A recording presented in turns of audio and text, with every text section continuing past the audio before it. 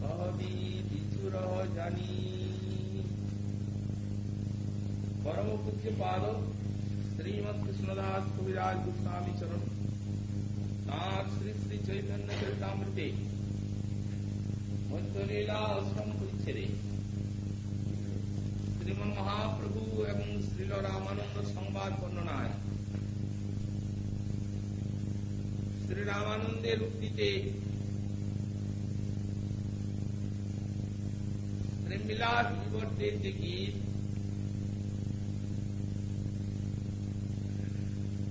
সেই গীত উল্লেখ করতে গিয়ে একটি পয়ারে বলছেন, এ সখী সে সব প্রেম কাহিনী কানু থামে কহবি বিছুর জানি। রাম রায় শ্রীমন মহাপ্রভুর নিকট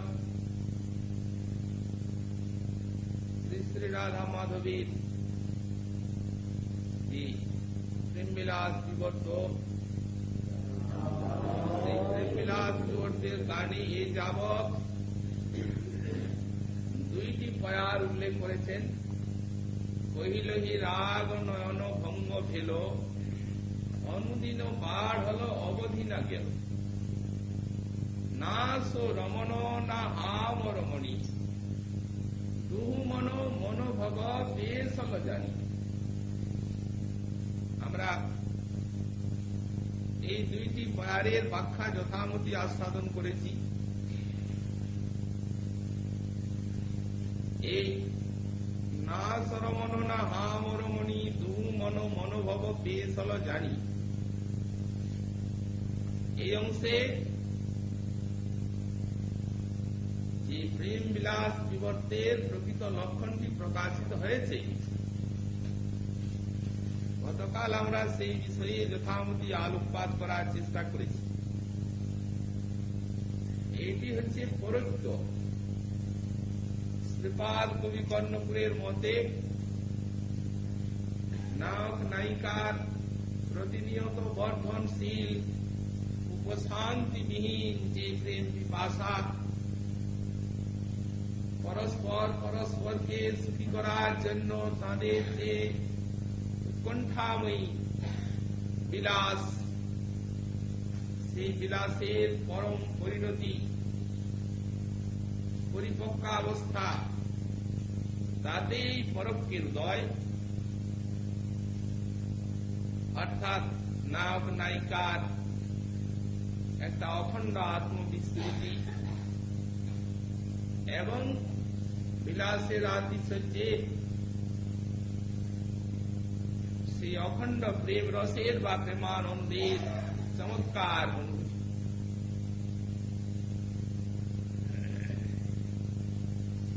শ্রীল রামানন্দ রায় গীতটির এই যে দুইটি পয়ার, কহিলহি রাগ নয়ন ভঙ্গ ভেল, অনুদিন বাঢ় হল অবধি না গেল, এই পয়ারটিতে প্রেম বিলাস বিবর্তের হেতুটি উল্লেখ করেছেন এবং না সরমণি না হাম রমণী দোহমন মনোভব বেশ জানি, এই পয়ারটিতে সাক্ষাৎ প্রেম বিলাস বিবর্ত বা পরোক্ষ বা ভেদ জ্ঞান রাহিত্যের কথা বলেছে। কেউ কেউ মনে করেন যে গীতটি যখন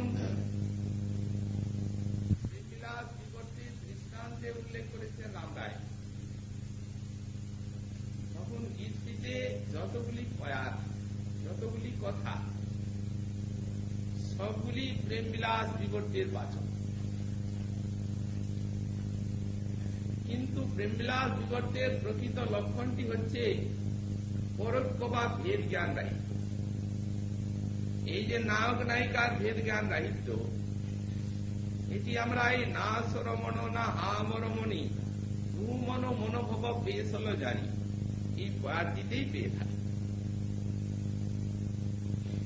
এবং তারপরে যে বললেন, এ সখী সে সব প্রেম কাহিনী কানু থামে কহবি বিছুর জানি, এতে তো সাক্ষাৎ ভাবেই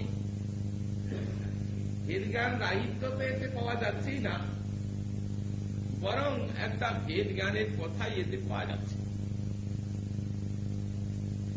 তারপরে যে আবার বলেছেন অবশ্যই বিরাগ তুমু ভেলি দুতি, এতেও সেই প্রকার একটা ভেদ জ্ঞানের পরিচয় আছে। সুতরাং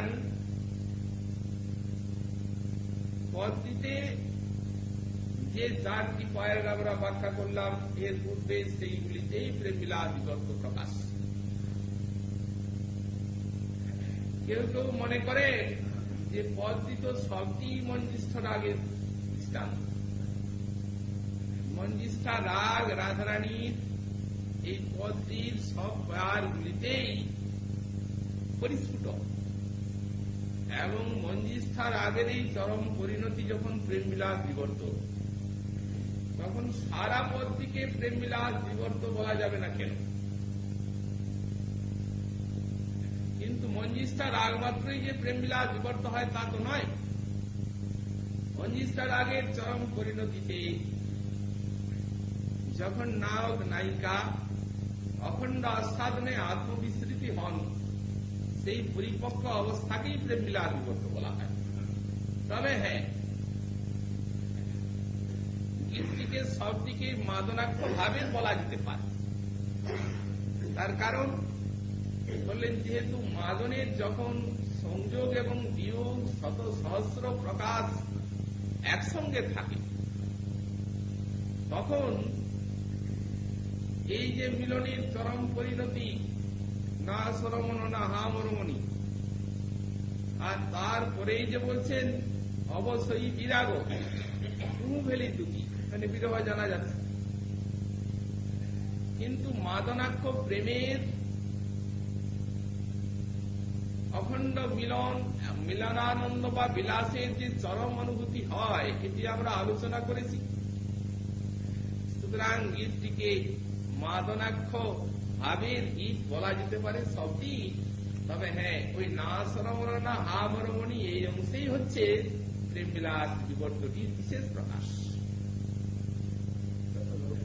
এবং শ্রীপাদ কবি কর্ণপুর তিনি উল্লেখ করেছেন তার সেই চৈতন্য চন্দ্রোদয় নাটকে, যে প্রেম বিলাস বিবর্তের হচ্ছে এই পর্যন্তই, তুমু মন মনোভাব বেশ হলো জানি, তারপর বিরোহের কথা তিনি স্পষ্ট উল্লেখ করেছেন।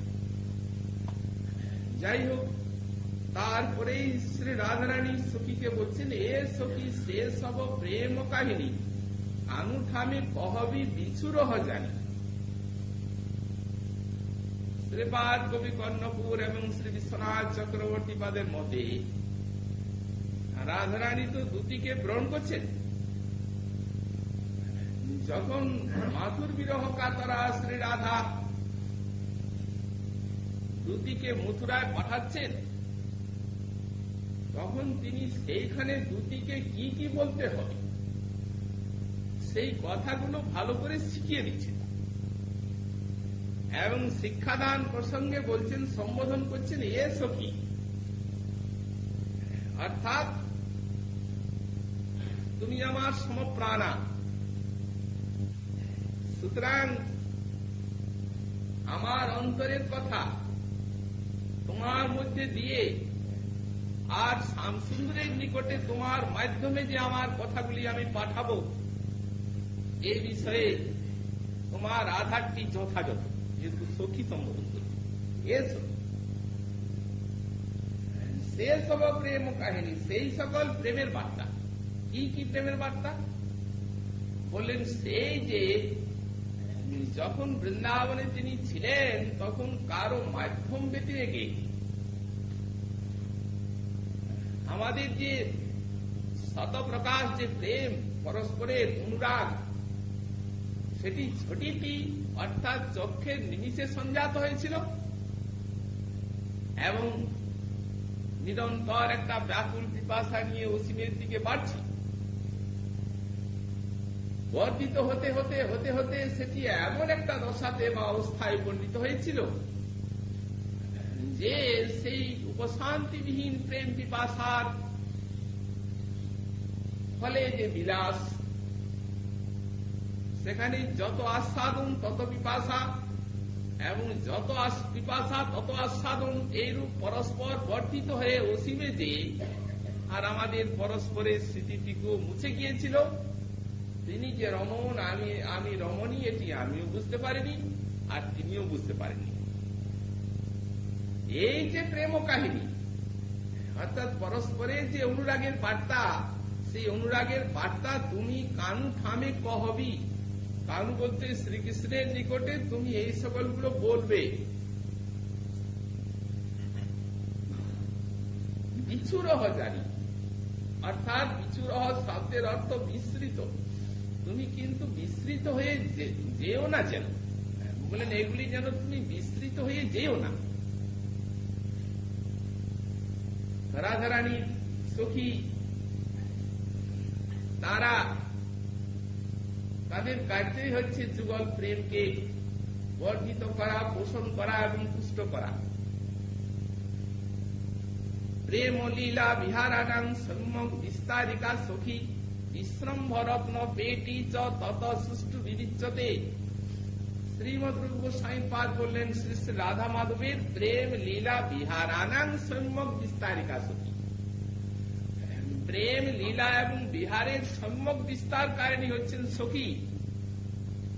শ্রী বিশ্বনাথ চক্রবর্তী পাদ আনন্দ চন্দ্রিকা টিকায় লিখলেন বিস্তার অত্র বিখ্যাপনম বিবর্ধনম। বিস্তার শব্দের অর্থ হচ্ছে বিখ্যাপন এবং বিবর্ধন। তাহলে শ্রী শ্রী রাধা মাধবের পরস্পরের যে প্রেম, সেই প্রেমকে বিখ্যাপন করা এবং বিবর্ধন করাই হচ্ছে সখীর কাজ। বিখ্যাপন এবং বিবর্ধন শব্দের ব্যাখ্যায় শ্রী বিশ্বনাথ চক্রবর্তী পাদ বললেন নায়কের প্রেমের কথা নায়িকার নিকটে এবং নায়িকার প্রেমের কথা নায়কের নিকটে, এদের বিশেষ রূপে বলার শক্তি আছে। নায়িকা হয়তো বলতে পারবেন না সে কথা, সেটি সখী বলবে। সখী এমন ভাবে বলবে, রাধারানীর প্রেমের বার্তা সখী এমন ভাবে বলবে যে রাধারানী সে কথা বলতে পারবেন না, এত শক্তি তাদের। এবং শ্যাম সুন্দরের কথাটিও সেইভাবে রাধারানীর নিকটে বলবে যা তিনিও বলতে পারবেন না। যদি বলতে পারতেন তাহলে ওই কথা বিশ্বনাথ চক্রবর্তী পাদ লিখতেন না যে সখী বিনা তত্ত্ব অসম্যক সিদ্ধি। অসম্যকত্ব এই কথা বলতেন না। তাহলে বললেন যদি মাঝখানে সখী না থাকেন তাহলে কিন্তু রাধারানী যদি নিজের প্রেমের কথা গোবিন্দকে নিজে বলেন আর গোবিন্দ যদি নিজের প্রেমের কথা রাধারানীকে বলেন, সখী বললে যেমন হবে তেমন হবে না, অসম্যকত্ব সিদ্ধে। অর্থাৎ সেখানে যেন কোনো অভাব থেকে যায়। এই অসম্যকত্ব সিদ্ধের শব্দটির ব্যাখ্যায় সেখানে যেন কোনো অভাব থেকে যায়। তো সুতরাং রাধারানী যা বলছেন এই চারটি কোথায় সখী বলবেন, আরো অনেক বলবে। রাধারানী যে বলছেন যে ছোটিটি আমার প্রেম সঞ্জাত হলো, নিরন্তর বাড়লো এবং না শ্রবণ না হামরমণি, সেই জ্ঞানও আমাদের তিরোহিত হয়ে গিয়েছিল, এই কথা তুমি এই প্রেমের কাহিনী তাকে বলবে। তো সেটি রাধারানীর কথাটা সখী এমন গুছিয়ে বলবেন এবং এমন ভাবে বিস্তার করে সুন্দর করে শ্যাম সুন্দরের ভিতরে তার প্রেমের চিত্রটি অঙ্কন করে দিবেন সুনিপুণ শিল্পের মতো, এদের মতো আর রাধারানী নিজেও না। তবে কেন বলছেন এই প্রেমের কথা বলতে গিয়ে ভুলে যেও না? বললেন কারণ হচ্ছে এই রাধারানীর মনে এই কথা আছে যে নায়ক এই বৃন্দাবনের থেকে আর এইরূপ প্রেম রসে রসায়িত হয়ে আর একান্ত আমাদের অধীন হয়েছিল, তার ধারণা যে এইরূপ যে প্রেম বিলাস বিবর্তের একটা চরম কঠিন অবস্থা, এই বৃন্দাবন ছাড়া অন্যত্র হবার সম্ভাবনা নেই। কিন্তু এই প্রেমের কথা তিনি ব্রজের থেকে মথুরায় যেয়ে ভুলে গিয়েছেন, ভুলে গেলেন। এ তো ভুলবার কথা নয়। এখন যিনি এত বড় বস্তুকে, এত বড় একটা অখণ্ড স্মৃতিকে যিনি ভুলে গেলেন, ভুলে গেলেন কি করে জানলেন রাধারানী? বলেন যেহেতু অমন করে বলে গেলেন, কিন্তু কই কিছু তো খবরও দিলেন না, এলেন না তো। ভাগবত বললেন কি, বললেন আয়াসে সপ্রেম আয়াসেই দৈত্য কই। ব্যাখ্যাকার লিখলেন যখন গোবিন্দ যান তখন এত বিরহ গোপীদের, সেই বিরহ জ্বালায় তিনি অত্যন্ত অনুতপ্ত হচ্ছিলেন এবং অক্রূর সেই অবস্থা দেখে এদিক ওদিক করে রথটা চালাচ্ছে। এটি হচ্ছে আমাদের শ্রী জীব গোস্বামীপাদের গোপাল চম্পুর কথা। এদিক ওদিক করে রথটা চালাচ্ছে। যখন এদিক ওদিক করে রথ চালাচ্ছিলেন, গোপীগণ সেই দিক দিয়েই ছুটে ছুটে যাচ্ছিলেন। গোবিন্দকে সেটি ভালো লাগছিল এবং গোপীগণের অবস্থা দেখে তিনি অত্যন্ত কাঁদছিলেন। কাঁদতে কাঁদতে গোপীগণের প্রাণ রক্ষার জন্য ভাগবত বললেন সপ্রেম আয়াসেই দৈত্য কই। ভাগবতের সুকুনি বললেন রাজন, তাদের প্রাণ থাকতো না। গোবিন্দ দেখলেন যে এই বিরহে তাদের প্রাণ থাকবে না। তখন তিনি কি করলেন, প্রেমের সহিত আমি যে অবশ্যই কালকে ফিরে আসব এই কথা অনেকগুলি দূত পাঠিয়ে তাদেরকে বলেছিলেন। দৈত্য কই বহু বছর, তো অনেকগুলি নয়, অনেকবার, কয়েকবার। শ্রী মজ্জীব গোস্বামীপাদ এইটিকে গোপাল চম্পুতে বিশ্লেষণ করেছে। দেখুন কি কথা বলে গেলেন, সেটি বৃন্দাবনের গণ্ডি পার হয়ে ভুলবার নয়, যে কথা বলে গেছে। এবং সপ্রেম শব্দ আছে, ব্যাখ্যাকার লিখছেন সপ্রেম শব্দ যখন তখন ওটা কপটতার কথা হতে পারে না। প্রেম মানে কি, যেখানে প্রেম সেখানে কপটতা নেই, পূর্ণ আন্তরিকতার কথা। যদি কেবল মুখেই বলেছেন অন্তরে অন্য ভাব থাকে, তাহলে সুকুমনি সপ্রেম বলবেন কেন? এটা তো একটা তার সবিনয় সাক্ষ্য। তিনি এত বড় একটা সৎবজ্ঞ ঋষি, আর তিনি কি মুখের কথাটিকে তাকে তো ভুলা যাবে না। সুকমুনিকে তার চোখে ধুলি দেওয়া যায় না, আর ওটা সুখের উক্তি, আর তিনি লিখছেন সপ্রেম শব্দ। সুতরাং শ্রী গোস্বামীপাদ বললেন এটি তার অন্তরের কথা, কেবল মুখের নয়। ব্রজের গণ্ডিতে কি বলে যাচ্ছেন, গোপীগণ চাননি কিছু, তারা কেবলই কাঁদছেন। কিন্তু তিনি স্থির থাকতে না পেরে তার যে নয়নের অশ্রুধারা পড়ছে, তার যে সেই কজ্জল ধূত হয়ে যাচ্ছে, ধৌত হতে হতে তিনি করছেন কি, কমলের পাপড়ির উপরে সেইটি কজ্জলটি কালি করে লিখছেন প্রেমপত্র। আশ্বাস বাণী আয়াসেই শব্দটি মধুমঙ্গলের দ্বারা তাদের কাছে পাঠাচ্ছেন, বিশেষ করে লিখে। প্রথম চিঠি হচ্ছে, হে ব্রজ সুন্দরীগণ, এই বৃন্দাবনের থেকে আমি যে যে অসুরকে মেরেছি তোমরা সকলেই দেখেছ। সেই অঘাসুর, বকাসুর ইত্যাদির নিকটে কংস কিছুই না। অতএব হীন বল তাকে আমি অনায়াসে নিধন করে কালকে আসলাম বলে তোমরা কেন এত আমার জন্য কাঁদছ? স্থির হও। আমি যদুগুরকে সান্ত্বনা করে এসে গেলাম কালই। ব্রজ সুন্দরীগণ সেই পত্র পড়লেন, পড়ে তারাও কাঁদছেন। তখন অনিষ্ঠা সঙ্গিনী বন্ধু হৃদয় আরি বন্দিনী, তিনি কত আশ্বাস দেন, এদের প্রেম আশ্বাস সহজে নিতে চায় না। অনিষ্ট আশঙ্কা বন্ধু হৃদয় হয়। তখন তারাও চিঠি লিখছেন, হে শ্যাম সুন্দর, তুমি আজ তোমার কথাই ঠিক। যখন তুমি অঘাসুর বকাসুরকে নিধন করেছ, তখন কংসকে নিধন করবেই, এটা আমরা বিশ্বাস করছি। কিন্তু কংসকে নিধন করে তো রাজা হবে। কংসকে নিধন করলে আপনি রাজা হওয়ার সমস্যা এসে যাবে তোমার সামনে। তো যখন তুমি রাজা হয়ে যাবে, তখন আর তোমার এই গরু চড়াবার মাঠ কিছুতেই মনে থাকবে না। কারণ যে রাজা হয় তার গরু চড়ার কথা মনে থাকে না বা আসে না। সুতরাং রাজা হয়ে যাবে, আমাদিকে তুমি এই বৃন্দাবন তুমি ভুলেই যাবে। সুতরাং কিচ্ছু বলছি না আমি তোমাদের, আমরা তোমায় একটা কথা বলছি। দেখো, আমরা শুনেছি মথুরায় অনেকগুলি ভালো ভালো তীর্থ আছে, সেই তীর্থগুলি সর্ব অভীষ্টপ্রদ কথা আমরা শুনেছি। তুমি যখন সেই তীর্থে বিশ্রাম ঘাটাইতে স্নান করবে, তখন স্নান করে যখন উঠবে, তখন তুমি আমাদের নাম করে 3 অঞ্জলি জল দিয়ে দেবে। যখন এই চিঠিটা পড়লেন আরো অশ্রু পড়ছে, তখন আর একটি পত্র লিখছেন, দ্বিতীয় পত্র। হে ব্রজ সুন্দরীগণ, বৃন্দাবন ছাড়া পৃথিবীতে এমন কোন স্থান নেই যে আমার মনকে আটকে রাখতে পারে।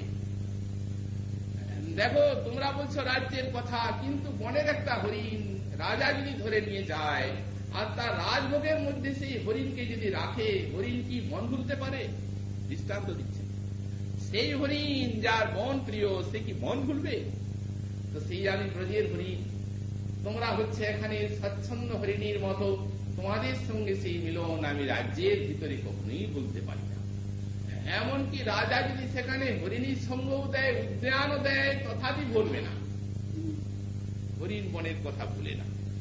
ব্রজ সুন্দরীগণ চিঠি পড়লেন, পরে আবার উত্তর লিখছেন, হে শ্যাম সুন্দর, সেখানে কেবল রাজ্যেই মিলবে তা নয়, বৃন্দাবনীর মতো অনেক সুন্দর সুন্দর উপবনাদিও সেখানে আছে, অনেক ভালো ভালো রাজকন্যা সকলে আছেন, সবই তোমার মিলবে। অতএব গ্রাম্য আমরা, আমাদের কথা তোমার কিছুতেই মনে থাকবে না।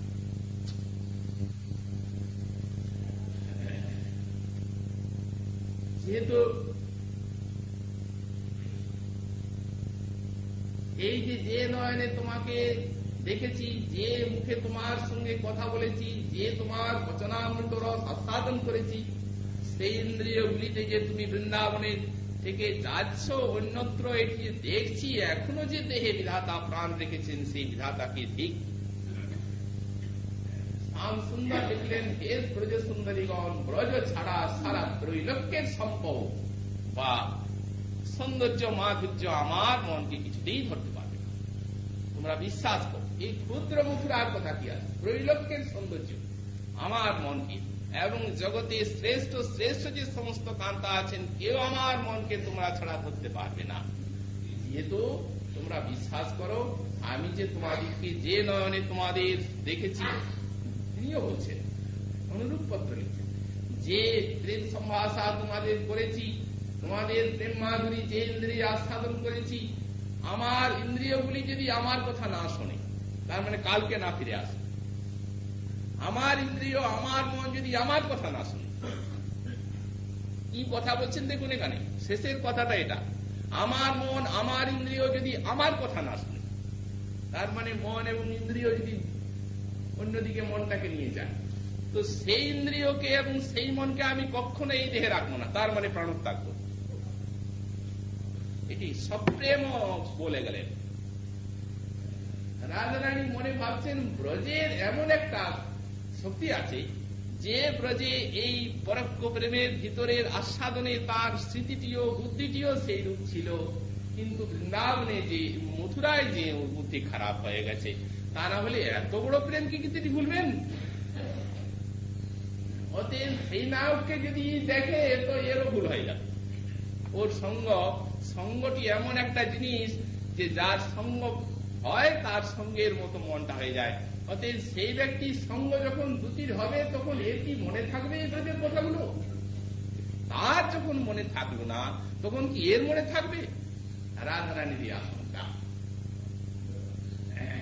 দোলায়িত হয় চিত্তটা, এদের চিত্ত দোলায়িত হয় যখন প্রেমের কথা মনে করেন, এই ব্রজ প্রেমের কথা, তখন মনে হয় এই কথা কি ভুলবা। আর যখন মথুরার কথা মনে করেন, তখন মনে হয় কার্যেই দেখা যাচ্ছে তিনি ভুলেছেন। এই জন্য দেখুন, একজন নয় সবাই। উদ্ধব যখন এলেন, তখন নন্দ মহারাজ কি প্রশ্ন করলেন, উদ্ধব আমার সেই গোপাল কি বৃন্দাবনকে মনে করে? দেখো উদ্ধব, সেই নবজলধর শ্যাম বহুদিন আমার হৃদয়ে হৃদয়ে থেকে জন্মেছিল, এবং তার মা 8 মাসে জন্মেছিল বলে তার আয়ু সম্বন্ধে সর্বদা সন্দিহান হয়ে থাকে। অতএব সেই আমার কথা, সেই মার কথা তার কি মনে হয়? জিজ্ঞাসা করছে। তিনি মনে মনে ভাবছেন, এগুলি কি ভোলার? সত্যি এগুলি ভোলার জিনিস। দেখো, আমার কাছে যখন আসতো কত সুন্দর বিনয় গম্ভীর ভাবে কথা বলতো, আর মার কাছে যখন যেত তখন কত উৎপাত করতো ছেলেটা, কত উৎপাত। তার দধিনমণি চাইতো, কাপড় ধরে টানাটানি করতো, কত উৎপাত করতো। কেমন সেই বিষয়গুলি উদ্ধব স্মরণ করলে হৃদয় বিদীর্ণ হয়ে যায়। সখাগুলো সব তার প্রাণ সম ছিল, গাভীগুলি সব নিজের হাতে পালন করত, ঘাস নিয়ে মুখের কাছে দিত। গাভীগুলো কত গলকণ্ডন করত, এই ব্রজের প্রত্যেকটি তরুলতা, প্রত্যেক এই নদ নদী যমুনা এত বড় গিরিরাজকে হাতে ধরেছিল, প্রত্যেকটি স্থান তার কত প্রিয়। এই উদ্ধব এগুলির কথা কি সে মনে করে? বাবার বাৎসল্য ভাব, বাবা কি মনে করছে, ভুলবার কি কারণ? রাধারানী এবং গোপীগণ মনে করছেন আর একটা কারণ ভুলবার, কিন্তু বাবা ভুলবার কারণটা কি মনে করছেন? বাবা নিজেই বলে দিয়েছেন ভুলার কারণ, উদ্ধবকে বলতে হয়। বাবা বললেন, দেখো উদ্ধব শোনো, কেন বলছি না, এগুলো ভুলার জিনিস নয়, সত্যি আমার গোপাল আমাদের ভুলতে পারে না, কিন্তু ভুলার কারণ এসে গিয়েছে। জানো উদ্ধব সেই কারণটা কি? দেখো, যতদিন সে ব্রজে ছিল আমি তাকে কোনো কথা ভাবতে দিই। বাবা গোপাল, কোনো কথা ভাববি না, স্বচ্ছন্দে খেল, যা তোর ভালো লাগে তাই কর, আর যা ভালো লাগবে না তা কর, সমান কর। সুতরাং এই বৃন্দাবনে আমার সেই সুকোমল গোপালকে আমি কোনো কথা ভাবতে দিইনি। কিন্তু উদ্ধব সে যখন সেখানে গেল, তখন তো কংসবধের পরে অস্থি প্রাপ্তি যে জরাসন্ধের দুটি কন্যা, তারা যে জরাসন্ধের জামাতা যে কংস, তার বধের কথা বলল, তখন আমার গোপালের মনে হলো যদি আমার সঙ্গে সে বৃন্দাবনে চলে আসে বা এখনো আসে, তাহলে যাদবগণকে সেই সমস্ত অত্যাচারী অসুর কত যে দুঃখ দেবে তার সীমা নেই। আবার কোথায় কোথায় যাদব পালিয়ে আছেন তাদেরকে এনে প্রতিষ্ঠিত করার ব্যবস্থা করা, আবার অন্যান্য অসুরদের সমস্ত আসলে মথুরা আক্রমণ করবে, এত সমস্ত চিন্তা, যে আমার গোপাল একটুখানি খাওয়ার চিন্তা ছাড়া আমি কিচ্ছু চিন্তা করতে দিতাম না, সেই গোপালের মাথায় এতগুলো চিন্তা ঢুকেছে, তার কি আমাদের কথা এত কথা মনে করবার কি আর তার শক্তি আছে? যে ছেলে মানুষ, হচ্ছে বাবার চিন্তাধারা, মানে বাৎসল্য রসটাই বাবা এই কথা। এই জন্য উদ্ধব বলছি যে সে কি আমাদের কথা চিন্তা করে? উদ্ধব মহাশয় বলেন কি, মহারাজ কৃষ্ণ যেমনি শক্তিশালী তেমনি মেধাবী। যখন এই মেধাবী কথাটা বলেছেন উদ্ধব, তিনি মেধাবী, অতএব হে মহারাজ তিনি সর্বদা আপনাদের কথা চিন্তা করেন, চিন্তার কথা নয়।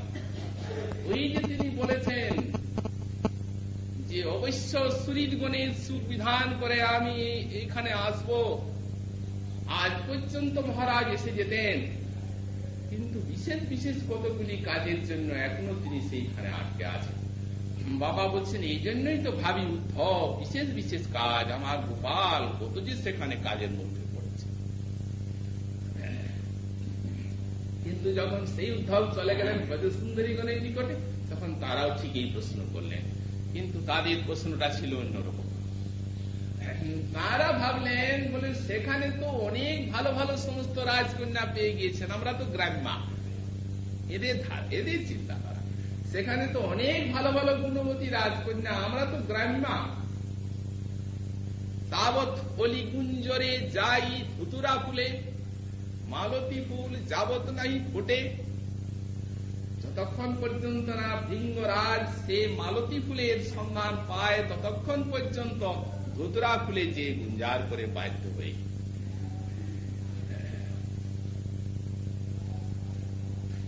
সেই প্রকার হামগ্রাম্য কুল বালিকা সহজে পশু পালিকা, হামকিয়ে সামসুখ বুঝা, এদের চিন্তা।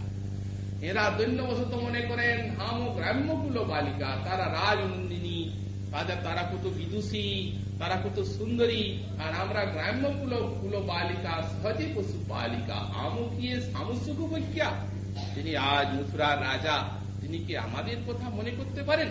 কিন্তু উদ্ধব না মনে করুন, ওই যে যেখানে প্রেম বিলাস বিবর্ত, সেই স্মৃতিটি এত মধুর, এরা মনে মনে ভাবছেন সে কথা কি ভুলতে পারেন তিনি? এই জন্য জিজ্ঞাসা করলেন, তার ইশা কিং স্মরতি যা সুতদা প্রিয়াভি।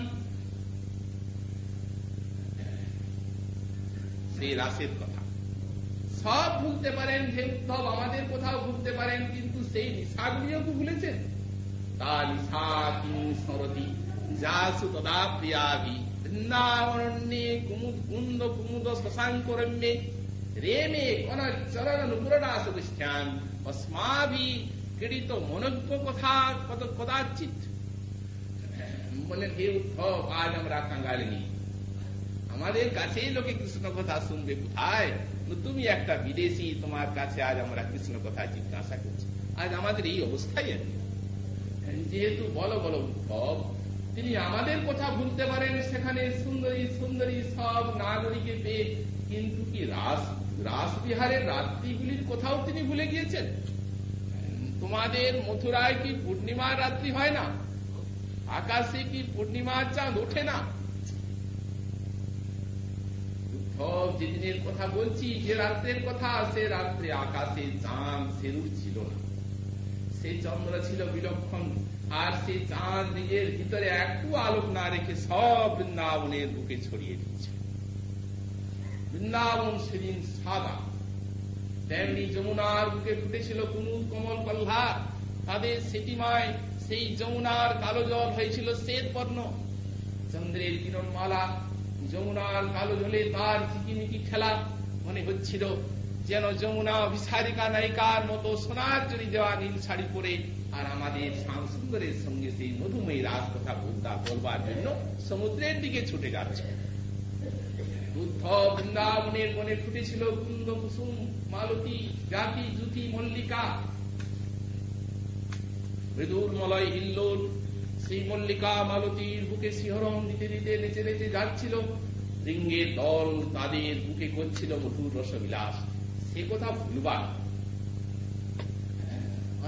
আর এমন ভাবে যমুনা সেই রাসস্থলীকে প্রকাশ করেছিলেন যে যমুনার সেই বালুকা একটু মাত্র নড়েছিল না, আর আমাদের সেই আলোকে ক্ষুদ্র ক্ষুদ্র লোমগুলি পর্যন্ত দেখা যাচ্ছে।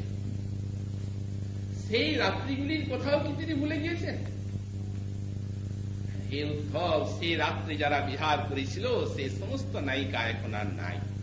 তদাপ্তি আদি বলছে না, নিজেরাই তারা। ব্যাখ্যাকার বলছে নিজেরাই তারা, অথচ তদাপ্তি আদি বললেন কেন? এদের মনের ধারণা যে নায়িকার সেই সৌভাগ্য হয়, সেই নায়িকার কখনোই দুর্ভাগ্য হওয়া সম্ভব নয়। তাহলে চিন্তা করে দেখুন, এই যে একটা স্মৃতি ব্রজের, এই স্মৃতি যে কিছুতেই বিনষ্ট হবার নয়, যেখানে যিনি যেভাবে যান, এটা এদের মনে গাঁথা। কারণ এই রসে চিত্তটা ভরপুর। তো রাধারানীও বললেন, ভ্রমরের সঙ্গে কথা বলতে বলতে উদ্ধব মহাশয় শুনছেন, যখন বলার রাধারানী ভাবত অন্য, ভ্রমরকে দেখে তো তার হয়ে গেল সেই মানের অবস্থা, একবারে চিত্র মহাভাব সেখানে তার আলোড়ন। উদ্ধব মহাশয় দেহতরীটিকে সেই সাগর সঙ্গমীর উত্তাল তরঙ্গের মধ্যে নিয়ে যেতে সাহস করেন। গোপিকার সঙ্গে কথা বলছেন, দূরে বসে আছেন, কিন্তু রাধারানী যেখানে ভ্রমরের সঙ্গে কথা বলছেন, সেই জায়গাটিকে উদ্ধবের মনে হচ্ছে কি প্রকার, যেমন যেখানে গঙ্গা মিশছে সমুদ্রের সঙ্গে, সেইখানে এত উত্তাল তরঙ্গমালা যে নাবিক সেই তরঙ্গের ভিতরে নৌকাটিকে নিয়ে যেতে ভয় পায়। সে মনে ভাবে পাছে সেই তরঙ্গ নৌকাটিকে সমুদ্রের মধ্যে ডুবিয়ে দেবে, তার বাঁধগুলো ভেঙে দেবে। উদ্ধব মহাশয়ের মনে হচ্ছিল পাছে আমার দেহতরীর বাঁধ না ভেঙে যায়, এই জন্য দূরের থেকে শুনছে। সেখানেও যখন রাধারানী অবস্থা প্রাপ্ত হলেন সেই কলান্তরিতা দশা, যে সময় ভ্রমরকে প্রিয় সুখ পুনরাগা ভ্রমরটি চলে গেল, তারপরে যখন আবার ফিরে এলো, তখন ঠিক এই কথা জিজ্ঞাসা করছে। অপিবত মধুকুচ্চাম আর্যপুত্র ধুনাস্তে স্মরতি ন পিতৃগৃহান সৌম্যবন্ধুশ্চ ভূপান অপিবত কিঙ্করিণাং সকথান গৃহীতে। হে ভৃঙ্গরাজ, তুমি বলো বলো, এখন কি আমাদের শ্যাম সুন্দর তিনি মথুরাপুরীতে আছেন? কি কথা বলছেন দেখুন। অপিবত মধুকুজ্জান আর্যপুত্র ধুনাস্তে, এখন কি শ্রীকৃষ্ণ মথুরাতে আছেন? এই গীতটি তো মাথুরবীর হয়ে গীত, তার সঙ্গে সামঞ্জস্যটা দেখুন। এই কথাটি যে রাধারানী কি কত ভাব নিয়ে বলছেন সখীকে, বলছেন এখন কি আর্যপুত্র মথুরায় আছেন? মথুরায় আছেন এই কথায় জানেন, তবে এইরূপ করছেন কেন জিজ্ঞাসাটা? যদি কেউ মনে করেন না না তারপরে যে তিনি চলে গিয়েছিলেন গুরুগৃহে বিদ্যা পড়তে, সেটি যদি ব্রজবাসীরা জানেন, ব্যাখ্যাকার বলছেন না, ওটা জানেন না, কেউ জানেন না, ওটা কেউই জানেন না। 2 মাস যে গুরুগৃহে বিদ্যা শিক্ষার জন্য গিয়েছিলেন তার সেবক পর্যন্ত সঙ্গে নেননি। যদুকুলেই কেউ জানেন না আর ব্রজের কথা কি আছে। যেহেতু ওটা প্রচার হয়ে গেলেই গোবিন্দ জানেন একটা অনিষ্ট আছে, তার কারণ অসুরেরা আক্রমণ করতে পারে এসে মথুরা, এই জন্য খুব গোপনে গিয়েছিলেন, কাউকে জানতে দেননি। তবে রাধারানী এই কথা বলছেন কেন? বলছেন ওই জন্য, একটু পরিহাস মাখা কথাটা বলছেন। বললেন তিনি কতদূর মথুরা বৃন্দাবনের থেকে, আমরা এত কাঁদছি, ইচ্ছা করলে তো তিনি একটু আসতে পারেন, এখানে মা আছেন, বাবা আছেন, আমরা সকলে আছি, ইচ্ছা করলেই তো একটু আসতে পারেন। এই জন্যই একটু ঘুমায়িত অভিমানের ভাব নিয়ে বলছেন, আর্যপুত্র কি এখন মথুরায় আছেন? স্মরতি স পিতৃজ্ঞান সৌম্যবন্ধুশ্চ গোপাল, তারই পিতৃগৃহ, আহা তার সুখের জন্য বাবা কত জায়গায় কত ভালো ভালো ঘর তৈরি করেছিলেন হে বৃঙ্গ।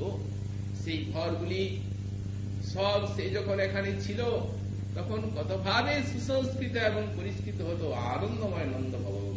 কিন্তু এখন সে নেই, সেই ঘরগুলো মাকড়সার জালে আর ধুলিতে একেবারে আচ্ছন্ন হয়ে আছে, কে পরিষ্কার করবে ওগুলোকে? এই যে আনন্দময় বাবা তার সুখের জন্য কত কিছু করেছিলেন, সেই স্মৃতি কি তার হৃদয়ে আছে? স্মরতি স পিতৃজ্ঞান বন্ধু সৌম্য বন্ধুশ্চ গোপাল, এবং সব বন্ধুগুলিকে, গোপগুলিকে কি গোপগণকে কি তিনি কোনদিন স্মরণ করেন? এই কিঙ্করী গণের কথা কি তিনি কোনদিন একটুখানি মনে করেন? ব্যাখ্যাকার লিখছেন, রাধারানী এমন ভাব নিয়ে কথাটা বলছেন, অন্য সময়ের কথা বলছি না, যখন নিজের শৃঙ্গার করেন, দর্পণে যখন মুখটা দেখেন, তখন কি কোনদিন বলেন হে উদ্ধব তুমি তো নিকটে থাকো, যে আহা এই মুখটা আমার এখানে আছে? কিন্তু বৃন্দাবনে ব্রজ সুন্দরীগণ যেমন গাঢ় অনুরাগ নিয়ে মুখটিকে সাজাতেন, তেমন মুখটিকে সাজাবার লোক এখানে কেউ নেই। তারা কিভাবে সাজাতেন? শ্রীমদ রূপ গোস্বামী পাদ লিখেছেন শ্রী উজ্জ্বল নীলমণিতে, একদিন যমুনার তটে একটি স্বর্ণ সোপানে শ্যাম সুন্দরকে বসিয়ে কোন গোপ সুন্দরী জুতেশ্বরী তিলক অঙ্কন করে দিচ্ছে, মুখখানি তিলক অঙ্কন করে দিচ্ছেন কত পরিপাটির সঙ্গে, হরিতাল রং দিয়ে। শ্যাম সুন্দর তিনি তো সব বিষয়েই ব্রজ সুন্দরীগণের ভাব মাধুরী উচ্চালন করে থাকেন, এত গাঢ় অনুরাগ শ্যাম সুন্দর ব্রজ সুন্দরীর মুখের দিকে দেখছে না, অনুরাগটা দেখে, আবেশটি দেখে মনে মনে হাসছে, মনে মনে ভাবছেন দেখি কি করে। 3-4টা ফোঁটা বাকি আছে ইত্য অবসরে, সেইখানে তো ব্রজ সুন্দরীর আবেশ, নিচে তো হরিতালের বাটিটা রাখা। শ্যাম সুন্দর সেই ফোঁটা দিতে দিতে বাটিটাকে নিয়ে একেবারে যমুনার গভীর জলে নিক্ষেপ করে দিচ্ছে। সঙ্গে সঙ্গে ব্রজ সুন্দরী বলছেন, উফ তুমি কি করলে? কি দেখো তো মুখটা কেমন দেখাচ্ছে, এখনো 3-4টা তিলক বাকি রয়েছে, 3-4টা বিন্দু, এখানে আর হরিতালের রং নাই। তখন কি করলেন? তখন তার বক্ষে হরিতালের রং আছে। একদিন শ্রীকৃষ্ণ বলছিলেন কি, খুব প্রশংসা করছেন কর্ণের, দাতা কর্ণ তার মতো দাতা জগৎকে। অর্জুন মনে মনে ভাবছেন যে ভগবান কি বলছেন, আমরা কি কিছুই না, আমরা কি দান করতে পারি না, সেই দাতা অন্তর্যামী ভগবান মনের কথা জেনে বলছেন, অর্জুন দেখো এখনই আমার 20 মণ চন্দন কাঠের দরকার, এখনই দিতে হবে। অর্জুন বললেন আচ্ছা প্রভু চলুন। ঘরে সব চন্দন কাঠ টাঠ বের করে 10 মণ বের হলো। প্রভু একটু দাঁড়ান, আমি বনের থেকে আর 10 মণ নিয়ে আসছি। কৃষ্ণ বললেন অত অবসর আমার নেই, এখনই চাই। সঙ্গে সঙ্গে বলছেন চলো কর্ণের কাছে যাই, দেখি ও কি বলে, ওর কাছে যদি পায়। কর্ণের কাছে গেলেন। কর্ণ, এখনই 20 মণ চন্দন কাঠের দরকার। কর্ণ বলছেন, হ্যাঁ এখনই দিচ্ছি। দাতা কর্ণ তিনি সব ঘরের চন্দন কাঠকে একত্রিত করলেন, মোট 5 মণ পাওয়া গেল, এখনো 15 মণ বাকি। তো তাহলে এখনই যে আমার দরকার। কর্ণ বলছেন, কোনো চিন্তা নেই, আমার কপাটগুলো সব চন্দন কাঠের, এখনই খুলে দিয়ে দিচ্ছি। যখন কপাটগুলো খুলতে যাচ্ছেন, ভগবান শ্রীকৃষ্ণ বলছেন, অর্জুন তোমারও চন্দন কাঠের কপাট আছে, কিন্তু বুদ্ধিটা নাই। চন্দন কাঠের কপাট তোমারও আছে, কিন্তু দান করার বুদ্ধিটা নাই। দিতেও পারো সবকিছু, কিন্তু দানের বুদ্ধিটা থাকা চাই। তো তেমনি সেবার বুদ্ধি থাকা চাই। সেবা তো সব সেবকই করেন, কিন্তু এই যে মহাভাব, এই মহাভাব যে আত্মময় সেবার একটা বুদ্ধি জোগায় ব্রজ সুন্দরের আধারে, এটা কোথাও নেই। এই জন্যই শ্যাম সুন্দর রাধারানী বলছেন, মুখটা যখন দেখেন তখন কি মনে ভাবেন যে এই মুখেই আছে, কিন্তু এখানে সেইরূপ অনুরাগে সেই মুখটাকে কেউ সাজায় না। দেখুন, বাটি যখন ছুড়ে দিলেন, ব্রজ সুন্দরী মনে করছেন হরতালে না থাকলো আমার বুকে তো আছে, বক্ষে আছে কস্তুরিকা পত্র, সঙ্গে সঙ্গে আকর্ষণ করে সেইখানের থেকে জল দিয়ে গুলে বাকি বিন্দুগুলি পূর্ণ করে দিল। সুতরাং এই জন্যই রাধারানী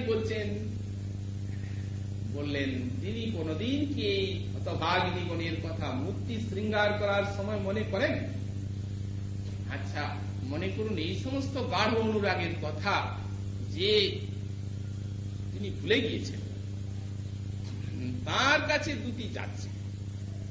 সুতরাং সে যে না ভুলে যাবে তার কি কথা আছে কিছু? এই জন্য বললেন, দেখো বিচুর হয়ে যায়, ভুলে যাবে, মনে করে নিয়ে যেও। অথবা আর একটি অর্থ হতে পারে যে দেখুন, রাধারানী মনে করছেন মথুরারই বা এমন কোন দোষ আছে। আমার প্রাণ প্রিয়তম শ্যাম সুন্দর তিনি কি এইরূপ নিষ্ঠুর হতে পারেন? এই প্রেমের কথা কি ভুলতে পারেন? এই প্রেম বিলাস করতো, কিন্তু ওই জায়গাটার একটা দোষ আছে। রাধারানীর মনে হচ্ছে ওই মথুরায় যে সব ভুলেছেন, অতএব ওই মথুরার এই জন্য ব্রজ ত্যাগ করে এত বিরহ জ্বালায় ঘৃণা হয়েও ক্লিষ্টা হয়েও তারা মথুরায় যে তার দর্শনে ইচ্ছা করলেন না। মানে জায়গাটা ঠিক, যেখানে এত বড় বিশাল প্রেমের কথা বিস্তৃতির মধ্যে এসে যায়, সেখানে আমরা কেন যাব? গেলেন না। রাধারানীর মনে হচ্ছে সেখানে যদি যদি আমার সখী ভুলে যায়, ভালো করে একটু মনে করিয়ে দিই, ভুলবে না। বিচুরহ জানি, যদি কেউ বলেন যে যখন গোবিন্দ প্রেমবিলাস বিবর্তের কথা মথুরার গুণে ভুলেছেন, তখন দুটি দিকে না পাঠাই ভালো। রাধারানী যদি এই আশঙ্কা হচ্ছে যে তিনি যখন প্রেমবিলাস বিবর্তের কথা, এত বড় প্রেমের কথা যখন শ্যাম সুন্দর ভুলেছেন মথুরার দোষে, তখন সেখানে কি দুটিকে পাঠিয়ে কি লাভ? তার তো বিস্তৃতি হবেই, স্বাভাবিক। সুতরাং নিজে যেমন গেলেন না, তেমনি দুটিকে না পাঠাই ভালো ছিল। বললেন, দেখুন এই কথাটির উত্তর আমরা বৃহৎ ভাগবতামৃত থেকে পাই। শ্রী বৃহৎ ভাগবতামৃতে সনাতন গোস্বামীপাদ যখন শ্রীকৃষ্ণের সেই সত্যাহলার সঙ্গে যখন ব্রজের কথা বলছেন, তখন একটা কথা তিনি বললেন, বৃন্দাবনে আমি মুরলীনাথের দ্বারা, আমার রূপামৃতের দ্বারা, আমার সব মাধুর্যামৃতের দ্বারা স্থাবর জঙ্গমকে প্রেম দিয়েছিলাম, তা ভাগবতী বর্ণিত আছে। স্থাবর জঙ্গমকে প্রেম দিয়েছিলেন তিনি। তার বলছেন, কিন্তু সেই আমি আছি। কিন্তু এখানে স্থাবর জঙ্গমকে সেই প্রেমের আবেশ দেওয়া দূরে থাক, কিন্তু আমার একান্ত প্রিয়জন যাদবগণকে পর্যন্ত সেই প্রেমের আবেশ দিতে পারলাম না। এরাও দূরে দূরে হাত জোড় করে সরে পড়ে। সেই ভাব এখানে নেই। সেই যে মাখামাখি ভাব, সে ভাব, ব্রজের ভাব, ব্রজের প্রেম এখানে নেই, সব দূরে সরে সরে যায়। আর সেই রসময় মুরলী, সে মুরলীটিও আমি বৃন্দাবনের থেকে সঙ্গে করে আনিনি, তার কারণ সে মুরলী বাজাবার আমার শক্তি এখানে নেই। বাহ, এত সুন্দর পাক্কা মুরলী বাজাতে বৃন্দাবনে সেই লোকটাই আছে, আর বাজাটা ভুলে গেলে? মুরলী যত বয়স হবে তত না বিদ্যা পাকবে। অতএব এখন তো আরো বেশি করে মুরলীর তোমার বাজাতে পারা উচিত বৃন্দাবনের থেকে। বললেন না, ব্যাপার হচ্ছে মুরলী মাধুরী ব্রজেরই অনন্য সাধারণ সম্পদ। ভক্তের প্রেম ভগবানের স্বভাবকে সৃষ্টি করে। এত বড় কথা গোস্বামী পাদ বললেন, ভগবানের স্বভাবকে গঠিত করে ভক্তের প্রেম। এত বড় জিনিস ভক্তের প্রেম, ভগবানের মধ্যে স্বভাব গঠন করবে। দেখুন, যিনি হচ্ছেন অখিল সুস্বভাবের সম্রাট, তার ভিতরে স্বভাব গঠিত করে, বলে হ্যাঁ অভিব্যক্ত করবে। সুপ্ত আছে সব, কিন্তু ভক্তের সান্নিধ্য ব্যতীত সেই স্বভাবটা কখনোই প্রকাশ পাবে না। তাই বলা হয়েছে ভক্তের প্রেম ভগবানের স্বভাবকে গঠিত করে। এইখানে ছিল মুরলী নাদ করার বা মুরলী বাজাবার সমস্ত লীলার প্রয়োজন।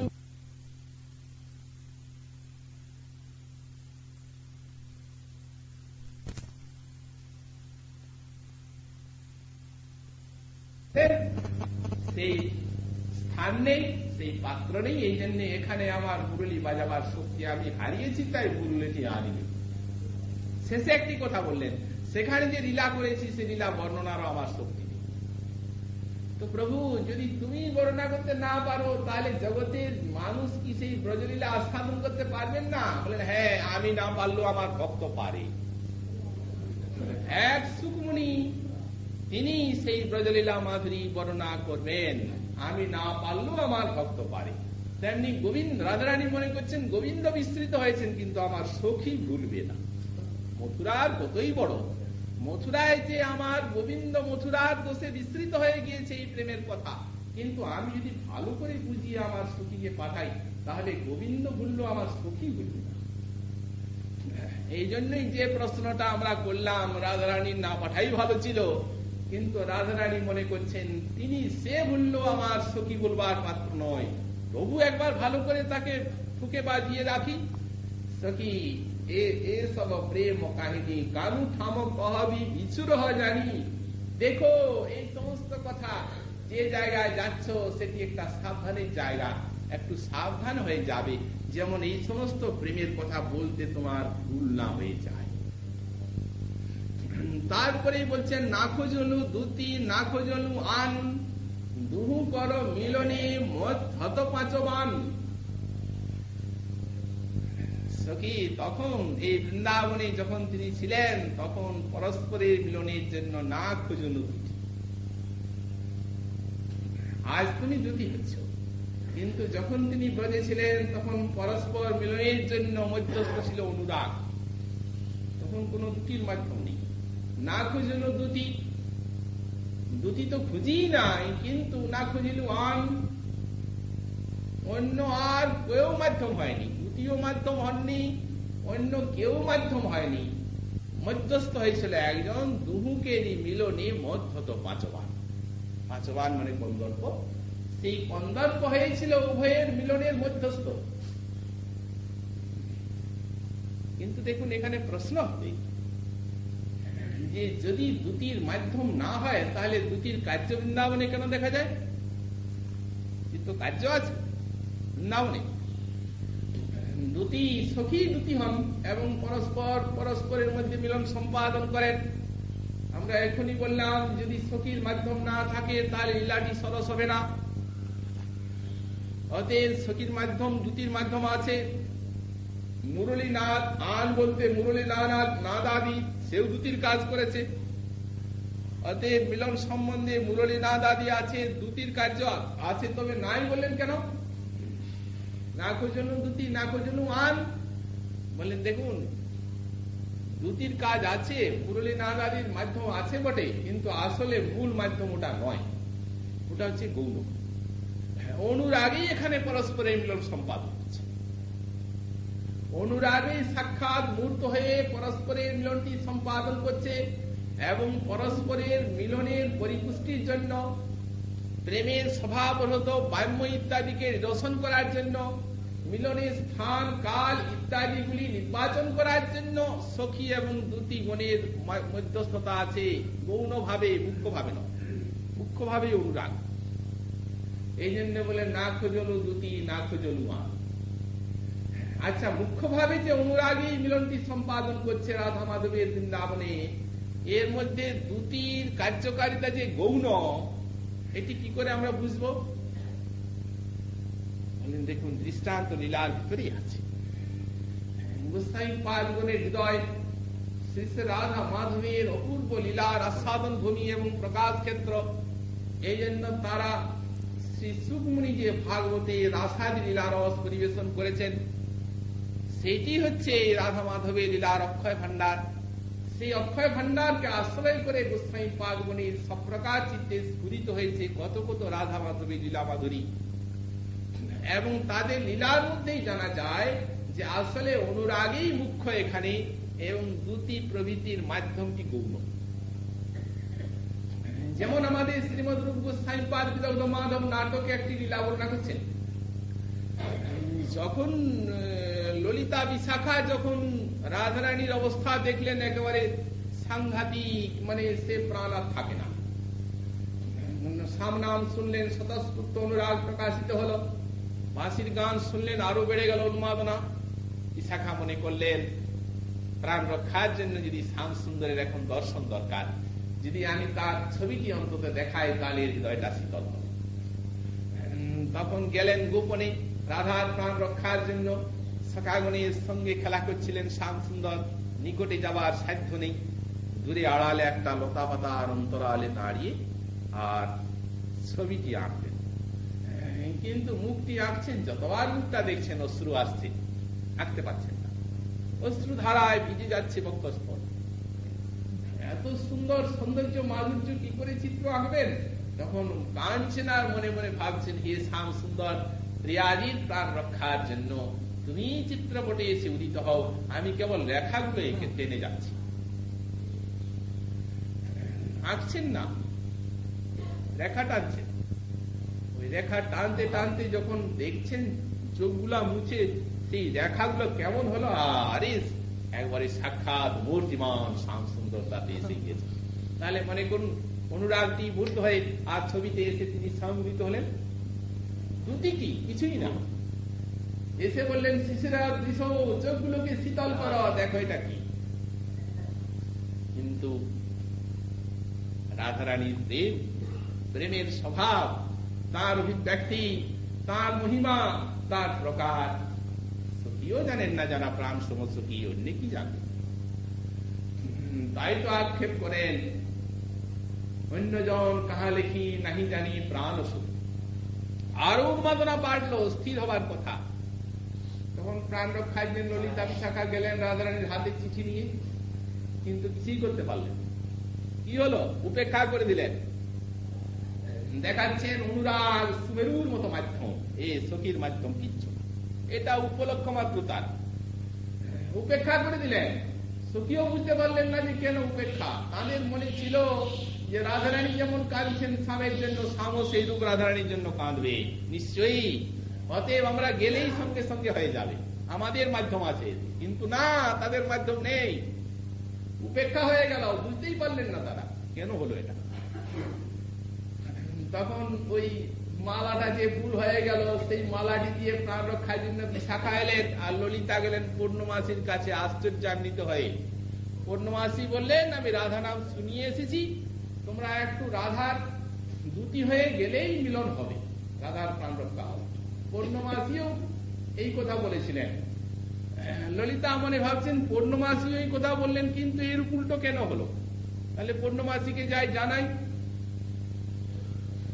যখন বিশাখার মুখ দেখলেন রাধা, তখনই সঙ্গে সঙ্গে একেবারে প্রাণত্যাগের সংকল্প করলেন। ওই উপেক্ষার মুক্তি দেখে তাদেরকে উপেক্ষা করেই শ্যামসুন্দর নিয়ে কাঁদতে লাগলেন মধুমঙ্গলের নিকট। কি করলাম সখা, আহা, আমার প্রিয়াজি কি প্রাণ রক্ষা করতে পারবেন উপেক্ষার কথা শুনে? তাহলে সখা কি উপায় বল? মধুমঙ্গল বলেন, তার কি উপায় বলো? তারা এসেছিল, এখন পাখির মতো উড়ে গেল ওইসব সখী। কোথায় আমি ধরবো ওদিকে? যেহেতু ওদিকে তার পাওয়া যাবে না, সুতরাং চিঠিটার একটা উত্তর লিখো। দেখুন মূলের মাধ্যম আসছে, সখীর কিচ্ছু নেই। বলেন চিঠির উত্তর লেখো, চিঠিটা রাধা, চিঠির উত্তর লেখো, ও ছাড়া অন্য কোনো উপায় নেই। চিঠির উত্তর লিখতে গিয়ে একেবারে সাক্ষাৎ দর্শনী হয়ে গেল। রাধারানী এড়িয়ে প্রণত্যাগের জন্য এলেন, দ্বাদশ আদিত্য টিলায়, আর সেইখানে জবার রস নিষ্কাশন করে, ওইখানেই জবা বাগান, জবার রস নিষ্কাশন করে চিঠি লিখবেন, শ্যামসুন্দরে এলেন, সাক্ষাৎ ওইখানে দর্শন। তাহলে সখীর মাধ্যমটি গৌণ হলো তো। যিনি এখানে এই প্রেম বিলাস বিবর্তের কথা বলছেন, তার জগন্নাথ বল্লভ নাটকেও ঠিক এই কথা, ঠিক এইরকম। সেখানে যখন অনুরাগের রাধারানীর প্রাণপণ ঠাগত, আর কিছুতেই বাঁচবেন না, বারবার মূর্ছা হচ্ছে, তখন এক দূতী মনে করছে, রাধারানী পাঠাচ্ছেন না, দূতী এক সখী দেখেই মনে করছেন, না শ্যামসুন্দরের কাছে যাব, তাকে এই কথা বলবো, তাকে নিশ্চয়ই নিয়ে আনবো, তা না হলে আর আমার ঈশ্বরের প্রাণ থাকবে না। তিনি কেবল অনুরাগে বারবার মূর্ছিতই হচ্ছেন। চলে গেলেন দূতী। মধুমঙ্গলের সঙ্গে খেলা করছিলেন শ্যামসুন্দর। দূতী যে বলছেন, রাজকুমার একটা খুব গোপন কথা নিয়ে এসেছি। দূতীরও মনে মনে একটা বিশেষ আশা ছিল যে শ্যামসুন্দর রাধারানীর প্রতি অনুরক্ত, আমি একটু মাধ্যম করলেই মিলন হয়ে যায়, এটা ওর মনে ছিল। এই জন্য সে আশা নিয়ে বলে, রাজকুমার একটা বড় গোপন কথা নিয়ে আসছি, একটু আড়াল হলে বলি। শ্যামসুন্দর বলছেন, আরে এ তো আমার প্রাণের বান্ধব, এর কাছে কিছু গোপন নাই, বলো কি বলা। মধুমঙ্গল আছেন তো? শ্যামসুন্দর, রাধারানীর নাম শুনেছেন তো? সেই বালা কুসুম স্বরের অত্যাচারী অত্যন্ত উৎপীড়িতা প্রাণ যায় যায়। কথাটা প্রথমে বলবেন, একটা কায়দা করে বলবেন তো, এরা তো সব এই রসশাস্ত্রে পরম প্রবীণ। কুসুম স্বরের অত্যাচারী আমার সখী রাধার প্রাণ যায় যায়, তাকে রক্ষা করবে। সঙ্গে সঙ্গে বলছেন কি যেন কিছুই জানেন না একেবারে। দূতী, কুসুম স্বর লোকটাকে, ও কি কংসের কোন দূত হয়? কোথায় চলে গেলেন দেখুন, ও কি কংসের কোন অনুচর? তার মানে যখন যখন কংসের অনুচর এসেছে, তখন তখন শ্যামসুন্দরের কাছে সব এসেছেন তাদের দুঃখ জানাতে। শ্যামসুন্দর বলছেন, নিশ্চয়ই কংসের কোন অসুর এসেছে, এই জন্যই দুঃখটা জানাতে এসেছে। কুসুম স্বরটি কি কেউ কংসের কোন অনুচর হয়? বলো, বালার উপরে এইরূপ অন্যায় অত্যাচার করছে, তাহলে আমি তাকে নিধন করব। মধুমঙ্গল মনে মনে হাসছেন, বারে সখারে, কিছুই জানে না, জানে একবারে উদার। সখা, ও কংসের অনুচর নয়, আমার নাম কুসুম স্বর। এখন দেখো, আমি বামুনের ছেলে, আমার গায়ে যদি হাত তুলবে তো হাত তুলো। শ্রীকৃষ্ণ বলছেন, মূর্খ অলং পরিহাসেন, আরে পরিহাসে দরকার নেই, পরিহাস আর করবে না। বলছেন, শ্যামসুন্দর দেখো, তুমি ছাড়া এই ব্রজে আর কুসুম স্বর কি? অতএব তোমারই সৌন্দর্য মাধুর্যে আকৃষ্ট হয় আমার প্রাণ সখীর এই অবস্থা। সর্বনাশ, এই কথা বলবে না সখী, আমি কখনো তাকে দেখিনি, জানিনি, আমি বালক, আমি বেনু বাজাই, বেনু চড়াই, এই সমস্ত সখাগুলো এই সমস্ত কথা বললে মহা সর্বনাশ হবে, আমাকে টিটকারি করে আমাকে হেসে উড়িয়ে দেবে। যাও যাও যাও যাও, ওই কথা বলতে নেই। বলেন, আমি বালক, তোমার সখীর অস্থানে প্রীতি, যাও। কুলবধূ, সেই কুল ত্যাগ করে আর আমাকে ভালোবাসতে কেন? নিষেধ করে দাও, নিষেধ করে দাও। যখন বললেন আমি বালক, তখন মধুমঙ্গল আবার মাঝখানে বলছেন কি, ওগো গোয়ালা মেয়ে, লাড্ডু এনেছো তো দাও, লাড্ডু যদি এনেছো তো দুটো দাও, তাহলে আমার সখা নিতে পারেন। ওইসব বাজে বাজে কথা আমার সখা ধার্মিক, ওই সমস্ত শোনাবে না, যাও যাও যাও। দূতী দাঁড়িয়ে দাঁড়িয়ে কাঁদছেন, মরমে মরে গিয়েছেন দূতী। মনে মনে ভাবছেন, কি বাঁচবেন না মরবেন, কোথায় যাবেন? এত বড় আশ্বাস নিয়ে এলেন, হায় সব সুমার হয়ে গেল। শ্যামসুন্দর, তিনি তোমা ছাড়া প্রাণ ধারণ করতে পারবেন না, এমন নিষ্ঠুর কথা বলবে না, এক বিন্দু আশ্বাস দাও। দেখো দূতী, আমার সখারা হাসবে, বলে তো দিচ্ছি, এখানে ওইসব কথা বলবে না, তা না হলে মাকে বলে দেব। ছেলে মানুষ তো মাকে বলে দিবে। আর রাধে, সত্যি কি তুমি এইরূপ স্থানে একটা প্রীতি করেছ? এত বড় মহান প্রেম তোমার এই রূপ স্থানে কি করে হলো? দুটি ঝরঝর করে কাঁদছেন। মধুমঙ্গল বলছেন, দেখো দুটি অরণ্যের রোদন, কোনো ফল হবে না, যাও যাও, পালাও পালাও পালাও। আর আমি তো বললাম যদি লাড্ডু এনেছো দাও, আর যা তা নাহলে পালাও। দুটি আর কি করবেন, কানতে কানতে ফিরে এলেন। ফিরে এসে বলছেন, রাধে কানু অনুরাগ করো দূর, ওকে তুমি পাবে না। যেভাবে দেখলাম, যে আশা আকাঙ্ক্ষা নিয়ে গেলাম, কিচ্ছু হলো না, সুতরাং তার অনুরাগ ছেড়ে দাও। কথা বলতে বলতেই মূর্ছা, এমন মূর্ছা যে আর প্রাণ থাকবে না দেহে। সখীগণ নিঃশ্বাস নাকের কাছে তুলে ধরছেন, এমন অবস্থা, মুখে ফেন বেরিয়ে আসছে, নিঃশ্বাস প্রশ্বাস যেন রুদ্ধ। পরম ভাব, পরম ভাবে যখন প্রকাশ হলো, ললিতা সখী তিনি বললেন, প্রাণ রক্ষার জন্য এরপর তোমাদিককে পাঠাবো না, আমি যাব। দেখুন, গৌণ রূপে, মুখ্য রূপে নয়। যখন ললিতা সখী যাচ্ছেন, ওদিকে দুটিকে বিদায় দিয়ে তিনি কাঁদন। একেবারে তাঁরও সেই অবস্থা, রাধারানীর বিরহে। হায়, তিনি কি করবেন এখন, সেই কথা শ্রবণ করে দুটির মুখে। ললিতাকে এসে কিছুই বেশি বলতে হলো না। ললিতা যেমনি এলেন, তা ললিতাকে দেখেই আর তিনি রোদন করছেন, তো বলছেন, মো বিনা শোধনী জৈছন ভেলহি তৈ চৈছন ভেলহি আমার। যেই বলছেন আগেই, সখী ললিতে, আমার বিহনে সেই রাধার যে অবস্থা হলো, তার বিহনে আমারও সেই অবস্থা হয়েছে। এটা মো বিনা শোধনী জৈছন ভেলহি তৈছন ভেলহি আমার, সেই একই অবস্থা। তাহলে সব প্রকাশ অনুরাগগুলি স্বয়ং মুখ্য রূপে কাজ করছে। এরা কেবল পুষ্ট করছেন গৌণ ভাবে থেকে। মুরলীনাথ সেই প্রকার এই অনুরাগকে বাড়াবার পথে সব প্রকাশ অনুরাগকে বর্ধিত করে মুখ্য রূপে এখানে একটা ভূমিকা নেবে। দুটির ভূমিকা এই রূপ এখানের কথা নয়। এই জন্য বললেন, না খজলু দুটি, না খজলু আন। দ্বিতীয় এখানে অনুসন্ধান করলাম না, না আন মানে মুরলী রবাদি ইত্যাদি কেউ নেই, কোনো মাধ্যম নেই। দুহুকে মিলনে মধ্য তো পাঁচবান, পাঁচবান ওই গন্তব্য জাগ্রত করেছে। ওই যে উভয়কে প্রেম আনন্দ দানের জন্য উভয়ের যে অন্তরে বিরাট প্রেম পিপাসা, একেই এখানে পাঁচবান বলা হচ্ছে গন্তব্য।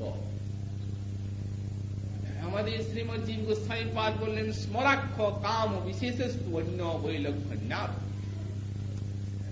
বললেন এখানে পাঁচবান কন্দর্প বলতে অন্য কন্দর্প মধ্যস্থ নয়, স্মরাক্ষ কাম বিশেষস্তু অন্য। স্মর নামক যে জগতের কাম, সেটি অন্য। বৈলক্ষণ্যাৎ বললে এই কন্দর্পের সঙ্গে সেটা আকাশ পাতাল তফাৎ আছে। ভাগবতে দেখা যায়, উত্তম ভন রতিপতি রময়াঞ্চকা। প্রথমে তো শ্যাম সুন্দরের সঙ্গে গোপীগণের যখন মিলন হচ্ছে, উপেক্ষা বাণী বলেন রাস রজনীতে, তারপরে উপেক্ষা গেল, তাদের প্রার্থনা শুনে যখন মিলিত হলেন, পরস্পর মিলিত হচ্ছেন, তখন সুমুনি বলছেন, উত্তম ভন রতিপতি রময়াঞ্চকার। উত্তম ভন শব্দের কি অর্থ? একটি অর্থ করলেন গোস্বামী পাদ, উদ শব্দে বিশেষ রূপে স্তম্ভয়ন দূরীভূত করিয়া। তার মানে বললেন, এদের যখন পরস্পরের প্রেমময় লীলা হচ্ছে, তখন প্রাকৃত জগতের গন্ধর্ব সে মনে করলো, আহা, আজ আমার কি সৌভাগ্য, এই যে নির্মল প্রেম, যেখানে আত্মেন্দ্রীয় সুখ বাসনার গন্ধ মাত্র নেই, সেখানে আমি যদি কিছু সেবায় লেগে যাই। আসলে সেবায় লাগতে পারে না। ব্রহ্মা যেমন মনে করলেন যে ব্রজবাসীগণের ইন্দ্রিয়ের থেকে আমরা তাদের সেই পাত্রে তোমার মাধুরী আস্বাদন করি। ব্রজবাসীগণের চিন্ময় ইন্দ্রিয়ে কি ব্রহ্মাদি প্রাকৃত দেবতার স্থান আছে? সে অপ্রাকৃত দেবতা, কিন্তু এরা মনে করছেন ওইরূপ সাদৃশ্যে। সেইরূপ মদন মনে করলো, যদি আমার দ্বারা কিছু সেবা হয়, যেমনি সেখানে এসেছে, আসার চেষ্টা করেছে, তেমনি সেই যে রতিপতি, তাকে মানে সম্পূর্ণরূপে স্তম্ভন, মানে এই সরস প্রেমময় লীলায় তোমার এখানে আসার কোন প্রয়োজন হবে না, যাও যাও যাও, তোমার আসার দরকার নেই। শ্রীমৎ জীব গোস্বামী পাদ আর এক প্রকার ব্যাখ্যা করলেন, বললেন, তাসাং সাহজিক এব প্রেম নতু কাম। ব্রজ সুন্দরীগণের সাহজিক প্রেম, নির্মল কৃষ্ণেন্দ্রীয় সুখ ভাবনাময়, সেখানে কামনার এই কন্দর্পের কোন কথাই নেই। তার কারণ যার নাম উচ্চারণ করলে হৃদয়ের থেকে প্রাকৃত কন্দর্পের সমস্ত প্রভাব বিদূরিত হয়ে হৃদয় প্রেমের ক্ষেত্র হয়ে যায়, সেইখানে সেই চরম বিলাস যেখানে সেই প্রেম এবং সচ্চিদানন্দের, সেখানে আর তার সমস্যা কি আছে? এই জন্য বলেন তাসাং সাহজিক এব প্রেম প্রেম এব সাহজিক ন তু কাম। তারপরে লিখছেন যে কিন্তু ওই যে কন্দর্প সেই বস্তু বিনা সারিলা সুরসানই ভগবতী, এই যে রাধা মাধবের প্রেমলীলা, সেই প্রেমলীলা কিন্তু কন্দর্পাবের ভিন্ন রসময়ী হবে না। সুতরাং ওই যেন সেন কামাবতার তাসাং অসন্তং অপি তেন অংশং মনসী আবেশিত। বললেন এখন তাদের অন্তরে তো প্রাকৃত কন্দর্প ইত্যাদি কিছু নেই, কিন্তু যেন অংশেন ভগবান কামাবতার ভক্তি, এটি হচ্ছে একটা রহস্যময় কথা। যেন অংশেন ভগবান কামাবতার ভবতী, তার মানে বললেন দেখুন এই জগতের যে আনন্দ বিষয়ানন্দ সেটি ত্যায্য, কিন্তু এই বিষয়ানন্দের মূল আকর কোথায়? আনন্দ স্বরূপ ভগবান, সে আনন্দ স্বরূপ ভগবানের আনন্দ সিন্ধুর এক বিন্দুর আভাস এটা। তাই শ্রুতি বললেন আনন্দ স্বরূপ ভগবান যদি না থাকতেন তাহলে কেউ নিঃশ্বাস প্রশ্বাস নিতে পারত না, জগৎ বাঁচত না। তাহলে ত্যায্য হল এর আকর ভগবানই। তো তেমনি এই যে জগতের কন্দর্প, সে কি নিজের শক্তিতে জগৎকে এই প্রকারে আবিষ্কৃত করছে? এর আকর কোথায়? এর আকর ভগবান। তো যে অংশেন ভগবান কামাবতার ভবতী, বললেন যে অংশেতে শ্রী ভগবান একটা আভাস রূপে এসে কামাবতার ভবতী মানে কন্দর্পাবে ধারণ করছেন জগতের, সেইটার অপ্রাকৃত অংশটি, এটা তো প্রাকৃত, অতএব সেইটির অপ্রাকৃত অংশটি যদিও তাদের হৃদয়ে নেই, তো তাসাং মনসী আবেশিত, তখন সেইটা এনে দিলেন মনে তাদের ওই আবেশটি। তা না হলে বললেন সুরসানই ভগবতী শালীলা। গতকাল আমরা যে কথা বলেছি ওই মনোভব শব্দের ব্যাখ্যায় ঠিক সেই কথাই শ্রী গোস্বামী